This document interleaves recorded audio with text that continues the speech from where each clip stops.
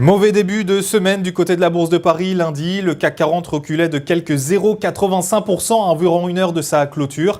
Les incertitudes quant à l'orientation de la Réserve fédérale et les marchés chinois constituaient les principales inquiétudes des investisseurs français.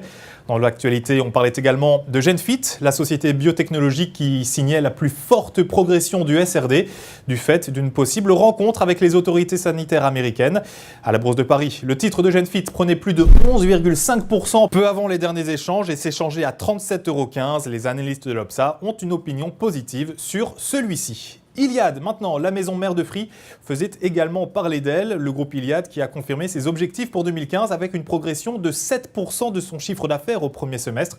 Un chiffre d'affaires à 2,2 milliards d'euros et un excédent brut d'exploitation en hausse de 16% à 725 millions d'euros.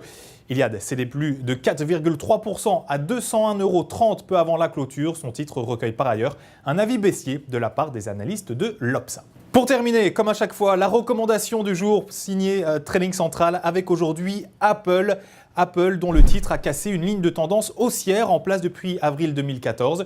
Plus récemment, l'enfoncement du support à 120 $, devenu désormais résistance, a relancé la dynamique négative sur le titre. Le récent rebond de celui-ci et la proximité de la zone des 120 € constituent par ailleurs une bonne opportunité de se replacer à la vente sur celui-ci.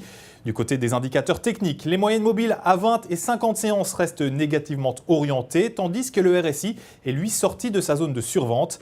Ainsi, tant que 120 $ n'est pas dépassé en clôture, une reprise de la phase de repli est attendue en direction de 96 et 92,30 $.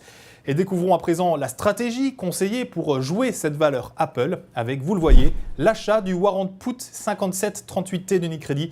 Son prix d'exercice est de 125 $. Sa date de maturité fixée au 16 mars 2016. Pour Trading Central, depuis notre studio ici à Wall Street, New York, c'était Sébastien Giron. Je vous souhaite bien sûr une excellente fin de journée. On se retrouve très bientôt.